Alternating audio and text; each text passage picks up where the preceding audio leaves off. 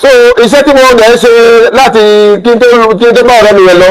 torí kíndé láti pàdé Maiduguri láti pàdé iṣẹ́ kájó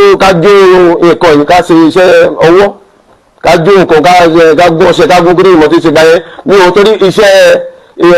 mo kọ́ níbi ìkọ́ni tẹ́lẹ̀ kó tó di pé mo travel nítorí ìgbà yẹn mi ò lè ju bí 20 years lọ bí pé ká gún ọṣẹ fún èèyàn náà mọ̀ ṣe ibẹ̀ ni àlẹ́ yẹn gan wọ́n mú wá bá mi ní gẹ́gẹ́ bí pé kí n ṣe nǹkan fún nígbà náà náà tẹ̀sí wa mọ́ra bá ṣe mọ́ra nìyẹn ṣùgbọ́n gẹ́gẹ́ bí mo ṣe ń sọ̀rọ̀ lọ ms bàbá wàláì tàláì sùnmọ́ bí láì láti láwùwà bàbá náà ó jà fún àwọn oníṣẹ̀ṣe mùsùlùmí tó bá sọ pé òun kì í ṣe ìṣẹ̀ṣe má dá lóhùn irọ́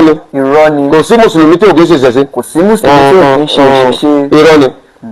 irọ́ ló fẹ́ pa wọ́n gba ìṣẹ̀ṣe lójú jẹ́ ní gbangba wọ́n lọ ṣe ìṣẹ̀ṣe yẹn ní kọ̀rọ̀ tílẹ̀ bá ti pọ́n wọ́n bàjẹ́ bẹ̀tẹ̀ tílẹ̀ bá ti sú wọ́n lọ ṣe ìṣẹ̀ṣe ní kọ̀rọ̀ gbogbo àfáà àtìgbà tí wọ́n ti dé sí Nàìjíríà mo ní àwọn ọ̀rẹ́ àfáà tó lé wọ́n lé ní 500 gbogbo wa àjọ lọ sọ́jà lọ gún ọlọ́wọ́ alówólẹ́jà ni. tí gbogbo náà dẹ̀ ń ṣe sí. bó ṣe máa dáwọ́ lóhùn ìṣẹ̀ṣe gbogbo ọlọ́jọ́ ṣe ìṣẹ̀ṣe. o gbọ́dọ̀ mi ọmọkùnrin tó dákọ̀ sí ms bàbá. ẹ̀yin fans ms bàbá ṣe wà pẹ̀lú wa lórí afẹ́fẹ́ yìí ẹ máa gbọ́ wa ìjọ ẹ máa gbọ́ wa. ms bàbá ó dùn mí pé kò sí nínú ọ̀dọ̀ Amẹ́ríkà ló wà ká ní pé Nàìjíríà ló wà ní. mo bá dídì ìgbà tiẹ̀ mo bá dídì ṣe adé ìṣẹ̀ṣe máa lọ fún ní adé pé ms bàbá ó káre lọ́mọ. ẹ bá mi gé sàǹdà ẹ bá mi pé ètò yìí kó di ọwọ́ ms bàbá. ẹ jọ ẹ bá mi tàgé ms bàbá àti àwọn fáǹsì ẹ fún ní dasaki. mo gbé òṣùṣù fún ms bàbá láti sìn ín lọ mo fẹ́ fún ms bàbá mo fẹ́ fún ní òye ms bàbá mo fẹ́ fún ní apàṣẹ báwo tó ti sọ báwo tí mo ti sọ nípa òye yẹn apàṣẹ mùsùlùmí of Yorùbá land. apàṣẹ mùsùlùmí of Yorùbá land. òun ni ọ̀gá wa ms bàbá ọ̀gá wa ni torí kò sí tó bá ti wà lórí afẹ́fẹ́ báyìí mo máa dìde lọ adátà ni mo máa wò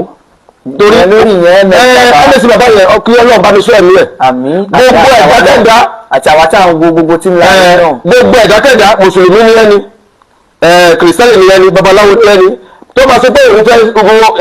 aburú ti ms bàbá òun rí iṣẹ́ di orí ẹ̀rẹ́ ló fi gbé àwọn mùsùlùmí wọ́n fẹ́ bà ìṣẹ̀ṣe wa jẹ́ ni torí ọmọ Yorùbá lè ní ọmọ Ondo State Ìlàjẹ lè ní ṣùgbọ́n èdè kírun wọ́n dẹ̀ kí wákàtí márùn-ún mi àtìgbà tí ọ̀rẹ́ mi ti mú mi lọ́gbà yẹn wákàtí márùn-ún mi lè fi ṣeré ọmọ Ondo State Ìlàjẹ lè ní ṣùgbọ́n mo rí pé ọmọkùnrin yẹn ó ń jà fún àwọn oníṣẹ̀ṣe gbogbo àwọn oníṣẹ̀ṣe báyìí lọ́sẹ̀ bóyá wọ́n bẹ̀rù ìyàdọ́ lọ ṣùgbọ́n ọmọkùnrin náà àti òótọ́ ti ń jáde òótọ́ ni. so ibi tí mo rí ọ̀rọ̀ yẹn dé nìyẹn báwo lọ sí pé ẹ̀yin tó bá rí tàbí èèyàn báyìí àwọn ṣé ògbófò ni àbí àwọn ẹbí kan so ibi tí ọ̀rọ̀ yẹn ó dá ká máa sọ òótọ́ ká dẹ̀ máa fi ibi tí òótọ́ bá ti wà ìfẹ́ á wà bẹ́ẹ̀ ni èyí tó ń ṣe ms bàbá ẹ̀ríbi tí òótọ́ rẹ̀ gbé dé ẹ̀ríbi tí ẹja máa ṣòótọ́ ẹ ṣé gan lọ́pọ̀lọpọ̀ sà fún àkókò yìí tí ẹ ti lò pẹ̀lú wa I really appreciate you a lot ó wù mí ká máa rí pè lọ́jọ́ gbogbo ṣùgbọ́n pẹ̀lú ọ̀nba díẹ̀ tẹ́ ti bá wa lò lénìí adúpẹ́ gan adúpẹ́ lọ́pọ̀lọpọ̀ ẹ̀yin tẹ́ bá ń wo fídíò yìí ẹ jọ̀ọ́ ẹ share ẹ tag ms bàbá ẹ bá mi tag ms bàbá mo fún ní oyè apàṣẹ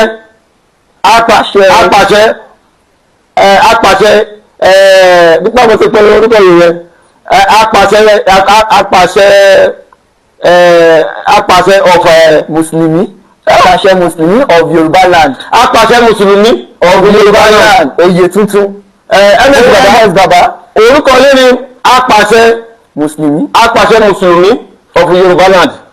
respect. ẹ ṣé gan lọ́pọ̀lọpọ̀ ẹ ṣé ẹjọ́ ẹ ṣé fídíò yìí kẹ́ láìkẹ́ ẹ bá wọn ṣe